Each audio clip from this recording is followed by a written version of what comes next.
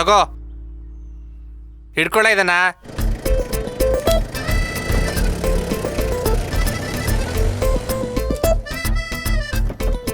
ಬನ್ನಿ ಸರ್, ಬನ್ನಿ ಬನ್ನಿ. ಹಲೋ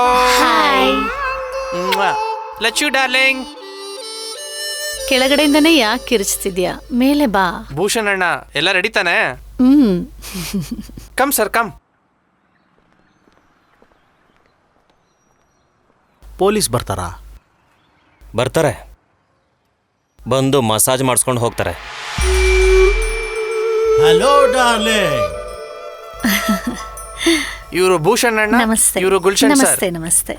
ನಮ್ ಸ್ಪೆಷಲ್ ಲೆಗ್ ಮಸಾಜ್. ಅದನ್ನ ನಾನ್ ನೋಡ್ಕೊಳ್ತೀನಿ.